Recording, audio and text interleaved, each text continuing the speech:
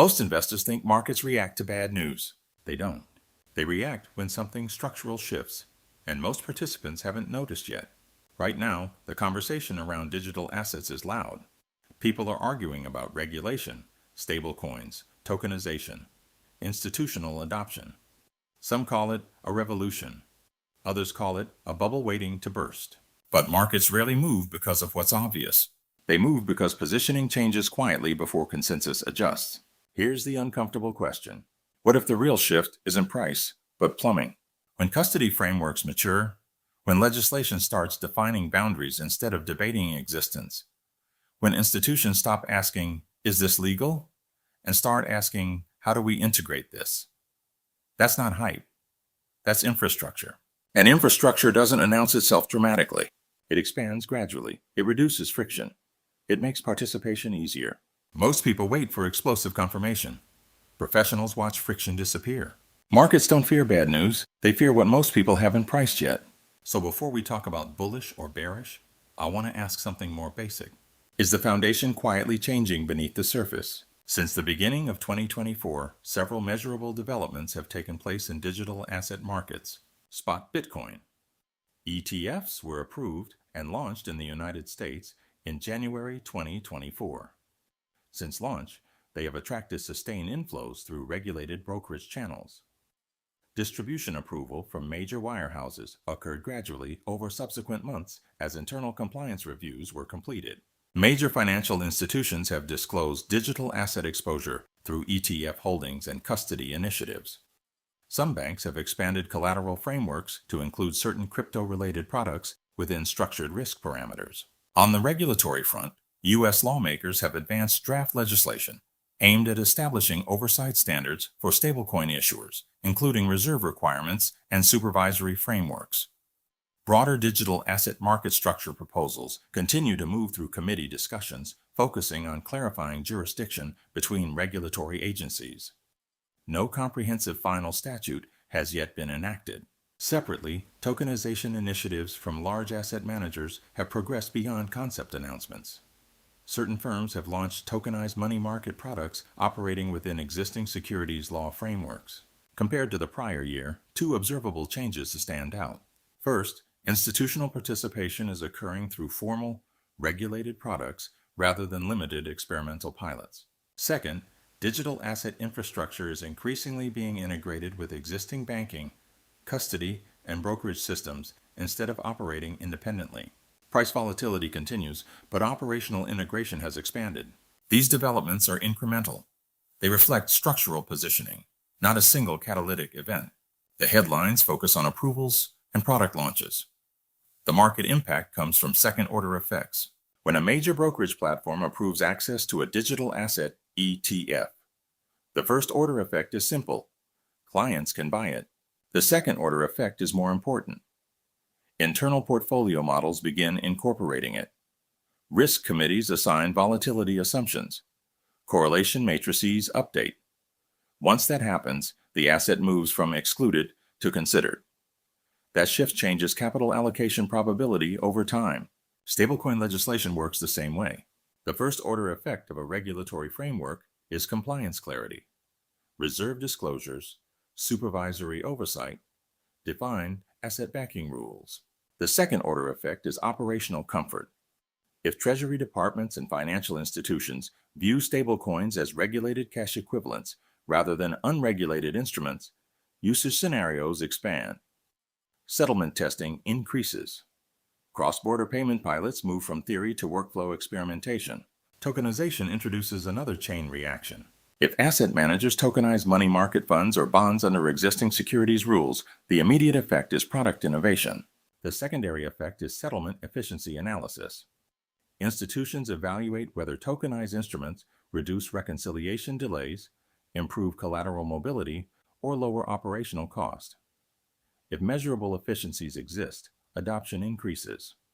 If efficiencies are marginal, usage stalls. None of this is ideological. Financial institutions adopt tools that reduce friction and protect balance sheets. Liquidity then becomes the confirming mechanism. If regulated participants engage in meaningful volume, bid-ask spreads compress. Routing efficiency improves. Derivatives markets deepen. That reinforces institutional comfort and attracts additional capital. If liquidity remains shallow, the infrastructure exists without scale. What matters, therefore, is not whether digital assets are discussed at policy tables. It is whether operational barriers decline. When custody standards stabilize, regulatory ambiguity narrows, and settlement reliability improves simultaneously, institutional participation probability increases. That does not guarantee immediate price appreciation. It increases durability. Durability changes volatility profiles over multi-year horizons. That is the mechanism beneath the headlines. We've seen structural transitions like this before, just not in this exact form. The closest comparison isn't the 2017 crypto cycle. It's the early ETF expansion period in the mid-2000s. Gold didn't change. Emerging markets didn't suddenly become new. What changed was access. Once gold became allocatable through ETFs, institutional exposure increased steadily, not explosively, gradually. The structure made participation easier. The asset class matured because friction declined. Another useful reference point is post-2000 internet infrastructure. After the dot-com bubble collapsed, what followed wasn't hype. It was build-out. Data centers expanded. Regulatory clarity improved. Enterprise adoption took place quietly. Years later, durable platforms emerged from that infrastructure phase. What we're seeing now in digital assets resembles an infrastructure negotiation phase. Regulators are defining jurisdiction. Institutions are formalizing custody. Asset managers are testing tokenized wrappers. That is different from speculative mania. It's also different from full institutional saturation. One key difference this time: legacy finance is not resisting engagement outright. It is cautiously integrating. That alone distinguishes the current environment from earlier crypto cycles, where institutional avoidance was common. But we should be careful. Infrastructure phases often feel underwhelming while they're happening. Adoption appears slower than retail expectations. Price action remains volatile because speculative capital still dominates marginal flows. History doesn't predict the outcome here. It does suggest something important. Access and compliance improvements tend to matter more over time than narrative enthusiasm. This phase, if it continues, would likely be remembered as integration, not disruption. No professional framework is complete without conditional thinking. Markets do not move on conviction, they move on probabilities.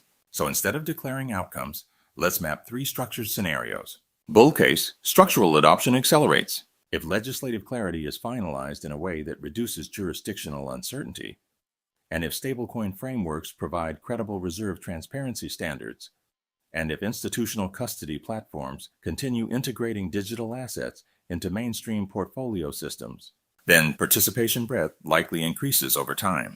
In this environment, liquidity deepens gradually. Volatility compresses relative to prior cycles. Digital assets become a modest but persistent allocation sleeve. Derivatives markets mature alongside spot markets. Capital would not rush in all at once. It would scale incrementally as risk committees gain comfort. Price appreciation under this scenario would likely resemble a steady grind, higher rather than speculative vertical spikes. This outcome depends less on enthusiasm and more on regulatory and operational stability. Base case: gradual integration, limited acceleration. If regulatory progress continues but remains slow, and if macro liquidity conditions stay neutral rather than supportive, then digital assets may enter an extended consolidation phase. In this scenario, infrastructure exists, institutional access expands incrementally, retail flows continue to drive short-term volatility, adoption narratives outpace actual usage metrics. Here, markets oscillate within broader ranges. Capital allocation increases modestly, but without explosive repricing. This path assumes no systemic disruption, positive or negative. Historically, this is the most common trajectory for emerging asset classes entering formalization stages. Bear case: liquidity or trust shock.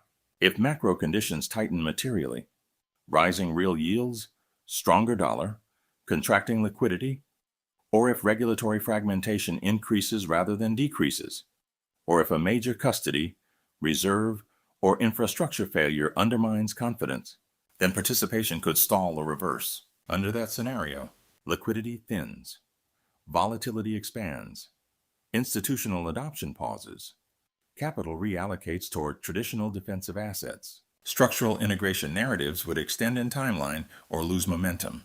This scenario does not require systemic collapse. It requires friction to increase instead of decline. None of these outcomes are predetermined. What matters is monitoring which conditional variables are strengthening. Regulation clarity, liquidity stability, operational reliability. Markets reward discipline, not certainty. If you want to understand whether this integration thesis is strengthening or weakening, you don't watch social media. You watch pressure points. First, U.S. real yields. Digital assets tend to struggle when real yields rise sharply because the opportunity cost of holding non-yielding assets increases. If real yields stabilize or decline, risk assets generally find room to breathe. Second, the U.S. dollar index, DXY. A persistently strong dollar tightens global liquidity conditions. A stable or weakening dollar environment typically supports broader risk participation. Third, liquidity conditions, repo markets, funding spreads, credit creation. Infrastructure stories cannot override shrinking liquidity. If liquidity contracts meaningfully, speculative allocations compress regardless of long-term narratives. Fourth, ETF flows and derivatives positioning. Sustained inflows suggest structural allocation. Sudden surges often indicate short-term momentum. I care more about consistency than spikes. Fifth, on-chain usage metrics tied to compliant activity. Not wallet count growth alone, not social engagement, actual transaction settlement, volume concentration, and liquidity depth. Finally, I watch regulatory milestones. Drafts becoming enacted statutes matter more than commentary. This is not about predicting next week's move. It's about observing whether friction is declining or quietly returning. There's a difference between excitement and evidence. Right now, I see evidence of infrastructure building. I see regulatory frameworks forming. I see institutions engaging carefully, not aggressively. That matters, but it doesn't eliminate risk, and it doesn't compress timelines. Markets rarely reward impatience. They reward discipline. They reward participants who understand that liquidity, regulation, and trust move slowly, and sometimes unevenly. This isn't investment advice. It's simply how I'm reading the structure beneath the noise right now. If integration continues, durability increases. If liquidity tightens or regulation fragments, progress slows. Either way, risk management comes first. Narratives change quickly. Structure changes slowly. And in financial markets, slow change is usually the one that lasts.